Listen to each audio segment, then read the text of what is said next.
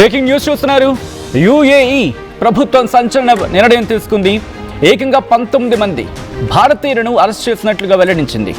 మొత్తం 35 మందిని అరెస్ట్ చేసినట్లుగా ప్రకటించింది యుఏఈ ప్రభుత్వం. ఫేక్ వీడియోలను ప్రచారం చేశారనే ఆరోపణలపై అరెస్ట్ చేసినట్టుగా తెలుస్తోంది. యుద్ధం సమయంలో అసత్య ప్రచారం చేశారని ఆరోపణలు ఉన్నాయి. అసత్య ప్రచారాలు, ఫేక్ వీడియోలు షేర్ చేస్తే కఠిన చర్యలు తప్పవంటూ హెచ్చరికలు జారీ చేస్తుంది.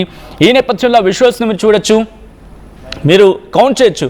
1, 2, 3, 4, 5, 6, 7, 8, 9, 10, 11, 12 ఏకంగా 12 మందికి సంబంధించి ఆ విజువల్స్ని అక్కడ చూపించింది.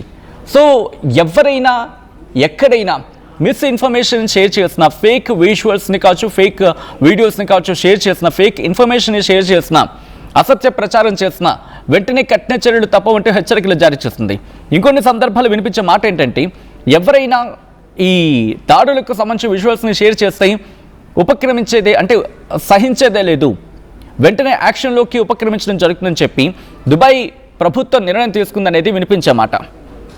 సో అర్థం చేసుకోవచ్చు ప్రస్తుతం ఎటువంటి పరిస్థితులు ఉన్నాయనేది. ప్రజెంట్ అయితే మాత్రం దుబాయ్ చాలా సీరియస్గా వ్యవహరిస్తోంది. ఎక్కడ ఎవరిని విడిచిపెట్టే ప్రసక్తే లేదు అనే అర్థం వచ్చేలాగా, అంటే తప్పు చేసిన వాళ్ళని వెంటనే శిక్షిస్తాం. మరి ముఖ్యంగా మీకు ఒకవేళ ఏమైనా భయమైన పరిస్థితులు లేకపోతే అటువంటి సిచ్యువేషన్స్ ఉంటే కనుక వెంటనే మమ్మల్ని కాంటాక్ట్ చేసే ప్రయత్నం చేయండి, లేకపోతే మమ్మల్ని కన్సల్ట్ చేసే ప్రయత్నం చేయండి అనేది అక్కడ దుబాయ్ ప్రభుత్వం చెబుతున్న మాట. అంతేకాని మీరు భయపడిపోయి ఆ న్యూస్ని వేరే వాళ్ళకి పంపించొద్దు. ఫ్యాబ్రికేటెడ్ క్లిప్స్ అస్సలు వద్దు.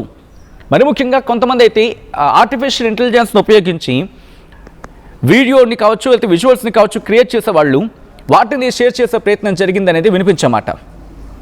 అండ్ యుఏఈ ప్రభుత్వం ఇప్పటికే టెహ్రాన్ నుంచి వస్తున్న దాడుల నుంచి, అంటే ఇరాన్ నుంచి వస్తున్న దాడిని తట్టుకొని నిలబడే ప్రయత్నం చేస్తోంది. ఇప్పటికే భయానికి లోనవుతోంది.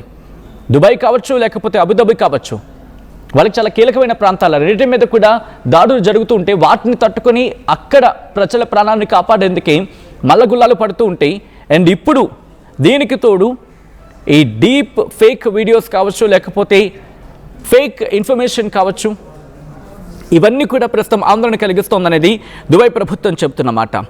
అండ్ ఇవన్నీ కూడా కొన్ని ఫ్యాబ్రికేటెడ్ కాంటెంట్ ఏఐని ఉపయోగించి చేయడం జరుగుతోంది అనేది అక్కడ గుర్తించింది ఆ ప్రభుత్వం. దాంతో ఏకంగా 35 మందిని అరెస్ట్ చేసింది. దాంట్లో 19 మంది భారతీయులు కూడా ఉన్నారనేది దుబాయ్ ప్రభుత్వం చెబుతున్నమాట. అండ్ దీంతోపాటు ఆ అక్యూజ్డ్ ఎవరైతే ఉన్నారో వాళ్ళని వెంటనే విచారణకు ఆదేశించడం జరిగింది. దాంతోపాటు ఒక రిపోర్ట్ ప్రకారం United Arab Emirates official news ఏజెన్సీగా చెప్పుకున్న ఒక నివేదిక ప్రకారం వాళ్లకు, అంటే ఎవరైతే అక్యూజ్డ్ ఉన్నారో వాళ్ళని విచారణకు ఆదేశించడం జరిగిందనేది. దీంతోపాటు ఇరాన్ దాడులు జరుపుతూ ఉంటే UAE cities Dubai, Sharjah and ఆ సిటీకి సంబంధించి అంటే అబుదాబి, వీటి మీద చాలా తీవ్రమైన దాడులు చేయడం జరుగుతోంది. దుబాయ్ మీద కావచ్చు, షార్జా కావచ్చు, లేకపోతే అబుదాబి, ఈ ప్రాంతాన్ని టార్గెట్గా చేసుకుని ఇరాన్ తీవ్రమైన దాడులు చేస్తూ ఉంటే ఇప్పటికీ అక్కడ ప్రజల ప్రాణాలకు కాస్త ముప్పు అనే భయంతో ప్రజలు పరిగెట్టి పారిపోతున్నారు అక్కడి నుంచి. ఆ పరిస్థితిని అక్కడ ఒక మాటలో చెప్పాలంటే ఆ ప్రాంతాన్ని విడిచి పారిపోతున్నారు అక్కడ ప్రజలంటే అర్థం చేసుకోవచ్చు. పరిస్థితి రోజు రోజుకి ఎంత దిగజారిపోతుంది అనేది. బట్ ఇక్కడ మాత్రం దుబాయ్ ప్రభుత్వం ఒకటే చెప్తోంది, తప్పు ఎవరు చేసినా విడిచిపెట్టేదే లేదు. బట్ ఇక్కడ వినిపించే మాట ఇంకొకటి ఏంటంటే, ఆ విజువల్స్ కూడా దాడికి సంబంధించి అక్కడ విజువల్స్ ఉన్న వాటిని షేర్ చేయొద్దు, వాటిని ఫోటోగ్రాఫ్ చేయొద్దు అనేది అక్కడ ప్రభుత్వం చాలా కఠినంగా చెప్పిందంట. అండ్ మీకు ఇంప్లికేషన్స్ మీరు చూడొచ్చు, మనకి కామెంట్స్ వస్తూ ఉన్నాయి. దుబాయ్ నుంచి మాట్లాడిన వాళ్ళు కూడా అక్కడేం లేదే, అంతా సేఫే అంటున్నారు.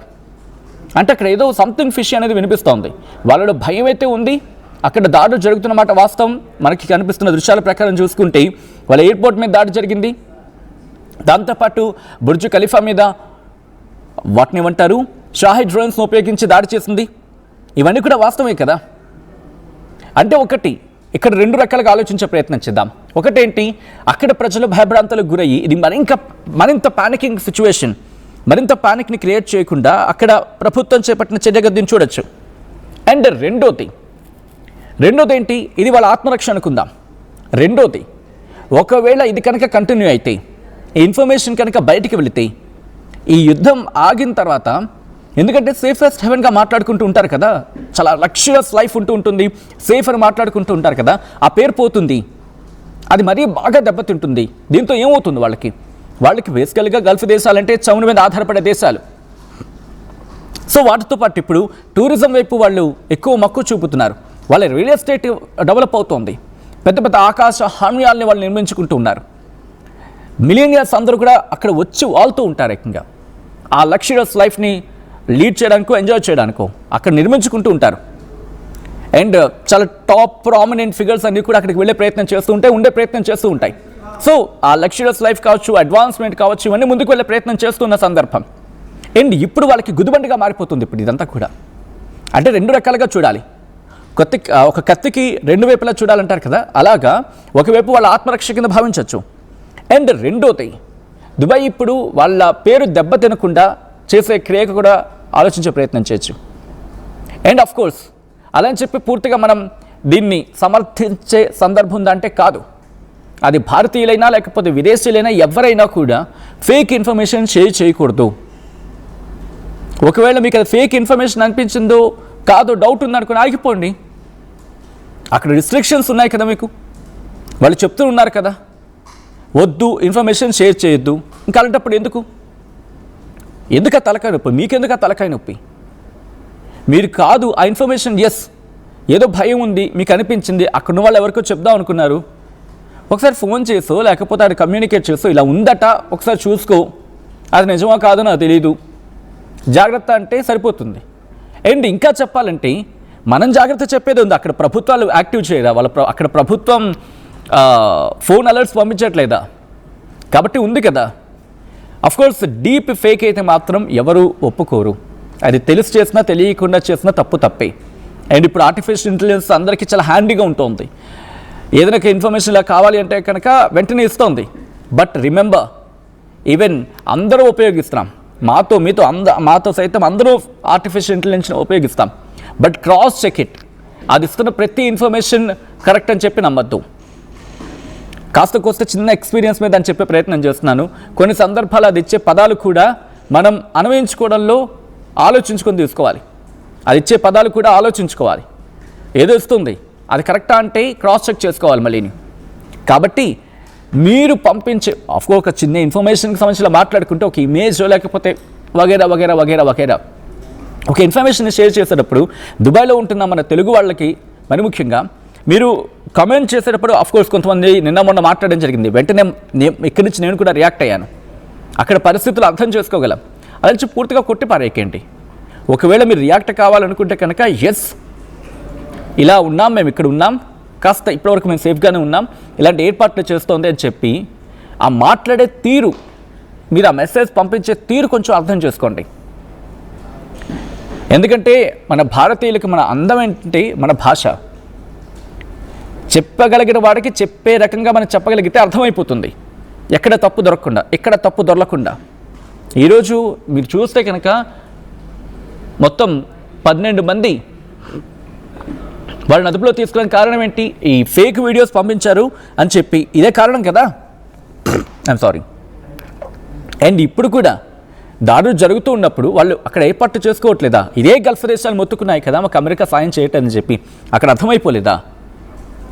అవి చెప్పలేకపోవచ్చు, కారణం ఏదైనా కావచ్చు. ఎందుకంటే వాళ్ళ మీద అక్కడ ఏవైనా అసంతృప్తి రేగుతుందనో, ఎందుకంటే వాళ్ళ భయాలు వాళ్ళకు ఉన్నాయి, వాళ్ళ భయాలు వాళ్ళకి నిండుగా ఉన్నాయి. ఇప్పటివరకు ఇరాన్ మీద దాడి చేయలేదు. ఇంత జరుగుతుంటే, ఇన్ని దాడులు జరుగుతూ ఉంటే ఇంటర్సెప్ట్ చేస్తాం. ఏ దేశమైనా అంతే కదా. మా మీద దాడి జరిగిందంటే కనుక, అంటే మా మీద దాడి జరిగిందని చెప్పి గొప్పగా చెప్పుకుంటే కాదు కదా. అది చెప్పుకుంటే పక్క దేశానికి దానికి మరింత ఊతం ఇచ్చినట్టు కదా. కాబట్టి ఏ దేశం మీద దాడి జరిగినా ఏ దేశం కూడా మా మీద ఇలా దాడి జరిగిందని చెప్పదు. అది అమెరికా నుంచి ఇరాన్ వరకు ఏ దేశమైనా కావచ్చు, పోనీ ఇజ్రాయెల్ నుంచి ఇరాన్ వరకు ఏ దేశమైనా కావచ్చు. ఇక్కడ కూడా అంతే. దుబాయ్ మీద దాడి జరిగింది లేదనేది మిగతా దేశాలు చెప్పే మాటని బేరేజ్ వేసుకొని మాట్లాడుకుంటూ ఉంటాం. అక్కడ ఉన్నారు కాబట్టి అక్కడ చట్టాలు ఉంటాయి, అక్కడ వాటికి కట్టుబడి నడవాలి. కాబట్టి ఆలోచించి అర్థం చేసుకుని వెళ్ళే ప్రయత్నం చేయండి. ఏదో ఒక ఇన్ఫర్మేషన్ వచ్చింది కదా, వెంటనే పంపించేయాలి, ఫార్వర్డ్ చేసేయాలి, షేర్ చేసేయాలి. అది నిజమో కాదో ఎలా తెలుస్తుంది మీకు? అప్పుడేమవుతుంది, వాళ్ళు అదే బేస్ చేసుకొని మీరు తప్పు చేశారని చెప్పి మిమ్మల్ని తీసుకెళ్ళి జైల్లో పెట్టారనుకోండి, మేమే శిక్ష వేశారనుకోండి, ఎవరికి నష్టం? ఏముంటుంది అక్కడ దుబాయ్? నేను ఇక్కడ దేశాల గురించి కూడా మాట్లాడను. అఫ్కోర్స్ దేశాల మధ్య యుద్ధం ఉన్నా మన అక్కడ వెళ్ళి బతుకుతున్నాం అనుకుందాం మన తెలుగు వాళ్ళం. దాడి జరిగేటప్పుడు అలర్ట్స్ అయితే ఇవ్వడం జరుగుతోంది కదా, ఇస్తున్నారు కదా. ఇస్తున్నప్పుడు ఒక సేఫ్ పొజిషన్కి, ఒక సేఫ్ ప్లేస్కో పొజిషన్కో వెళ్ళిపోతే సేఫ్ కదా. వాళ్ళు ఇన్ఫర్మేషన్ షేర్ చేయదంటున్నారు, చెయ్యకపోతే ఏం పోయింది? ఇప్పుడు మీరు షేర్ చేసే ఇన్ఫర్మేషన్ వల్ల ఏవైనా ఉపయోగం జరిగిందా? ఆలోచించే ప్రయత్నం చేయండి. ఇక్కడ నేను మిమ్మల్ని పాయింట్అవుట్ చేయట్లేదు, I'm just trying to understand you. So ఇంతటి జరుగుతూ ఉంటే, ఇంతమందిని అదుపులోకి తీసుకుంటూ ఉంటే, ఇంత జరుగుతూ ఉంటే జాగ్రత్త తీసుకోవాల్సిన అవసరం అయితే కనిపిస్తోంది. అండ్ దుబాయ్ ప్రభుత్వం కూడా కాస్త ఫ్లెక్సిబిలిటీ ఇచ్చే ప్రయత్నం చేయండి. ఎందుకంటే మీ దగ్గర ఎలాంటి పరిస్థితి ఉందో ప్రపంచానికి తెలియాలి కదా. మీ దగ్గర ఉన్న పరిస్థితి, అసలు విషయం ఏంటో ప్రపంచానికి తెలియాలి కదా. ఆఫ్కోర్స్ దాంట్లో ఫేక్ ఉంది, ఫేక్ ఇన్ఫర్మేషనో లేకపోతే ఫేక్ వీడియో ఉంది. ఒక టీంని ఏర్పాటు చేయండి, కన్విన్స్ చేయండి, అరే బాబు ఈ విజువల్ బయటకు వచ్చింది, ఇది ఫేక్, ఇగో ఈ ఇన్ఫర్మేషన్ బయటకు వచ్చింది, ఇది fake. Top prominent news channels కూడా ఉంటాయి కదా. పోనీ ఎక్కడైనా ఎప్పుడైనా ఏ విధంగానైనా తప్పు జరిగింది అనిపించింది అనుకోండి, ఎస్ దీన్ని కోట్ చేయండి, ఎస్ ఇది ఫేకో లేకపోతే ఆర్టిఫిషియల్ ఇంటెలిజెన్సో, ఒక వెరిఫైడ్ సోర్స్ ఒకటి పెట్టండి, ప్లాట్ఫామ్ పెట్టండి. ఆ సోషల్ మీడియా ఎక్స్లోనో, అంటే ట్విట్టర్లోనో లేకపోతే ఫేస్బుక్లోనో ఇన్స్టాలోనో ఇవి ఇక్కడెక్కడెక్కడ తిరుగుతాయి కదా, ఇంకెక్కడికి వెళ్ళిపోవు కదా. ఒక వెరిఫైడ్ అకౌంట్ పెట్టండి, క్రాస్ చెక్ చేసి ఒక ప్లాట్ఫామ్ని క్రియేట్ చేయండి.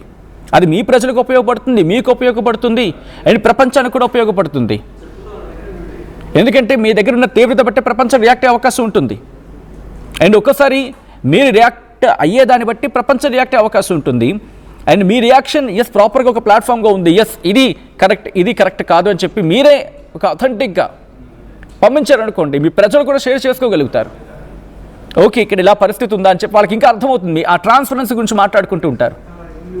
యాక్సెప్ట్ చేయండి, తప్పు జరుగుతుంది దాడులకు సంబంధించి. ఆఫ్ కోర్స్ ఎయిర్పోర్ట్ మీద దాడి జరిగింది, దాంతోపాటు వేరే చోట దాడి జరిగింది, యాక్సెప్ట్ చేయండి. అండ్ ప్యానికింగ్ సిచ్యువేషన్గా కాకుండా, ఎందుకంటే ప్రభుత్వాలకి ప్రత్యేకంగా చెప్పక్కర్లేదు, బికాస్ వాళ్ళ ప్రజల రక్షణ కోసం, ఆ దేశ రక్షణ కోసం మీ దగ్గర గైడ్లైన్స్ ఉంటాయి కదా. దానికి తగినట్టుగా చెప్పే వాళ్ళకి చెప్పే తీరుగా చెబితే ఎంత పెద్ద ప్రమాదమైనా వాళ్ళకి తలకెక్కించవచ్చు, వాళ్ళు అర్థం చేసుకుంటారు. ప్యానికింగ్ కాకుండా. ఇప్పుడు ఇదే మాటని నేను గట్టిగా అరిచి చెప్పచ్చు, గట్టిగా అరిచి అది జరిగిపోయింది, ఇది జరిగిపోయింది, ఇంతమందిని తీసుకెళ్ళి జైల్లో పెట్టేశారు, ఆ శిక్ష పడుతుంది, ఈ శిక్ష పడుతుందంటే భయపడిపోతారు. అంత ప్యానికింగ్ తీసుకువెళ్ళకూడదని చెప్పి ఉద్దేశంతో జరుగుతున్న పరిస్థితి ఏంటి, వాస్తవాలు ఏంటి, ఏం జరిగే అవకాశం ఉంది, ఎవరు తప్పు ఉంది, ఎంత తప్పు ఉంది, ఏ మేరకు తప్పు ఉంది, ఎందుకు తప్పే అవకాశం ఉంది, ఎక్కడెక్కడ తప్పులు దొరికే అవకాశం ఉంటుంది, ఏ విధంగా జరుగుతుంది, ఏ కారణాల రీత్యా జరిగే అవకాశం ఉంటుంది, ఎందుకు జరిగే పరిస్థితి ఏర్పడుతూ ఉంటుంది, ఇవన్నీ కూడా మాట్లాడుకుంటున్నాం కదా. సో కమ్యూనికేట్ అయ్యే ప్రయత్నం చేయండి. Things will be get solved with communication. ఈరోజు ఇరాన్, ఇజ్రాయెల్, అమెరికా మధ్య యుద్ధం కమ్యూనికేషన్ ఎక్కడో లోపం జరిగింది, కొట్టొచ్చినట్టు కనిపిస్తోంది. ఎందుకంటే అంత విదేశాంగ మంత్రి స్థాయిలో ఉన్న వ్యక్తి వెళ్ళి మాట్లాడినప్పుడు కూడా ఒక స్టేట్మెంట్ ఒకలాగా, ఇంకో స్టేట్మెంట్ ఇంకొకలాగా వస్తుందంటే సయోధ్య కుదర్చనలో మధ్యవర్తిత్వం వహిస్తున్న వ్యక్తుల్లో ఎవరిదో కమ్యూనికేషన్ యాప్ ఉంది, లేకపోతే యుద్ధానికి వెళ్ళడమా?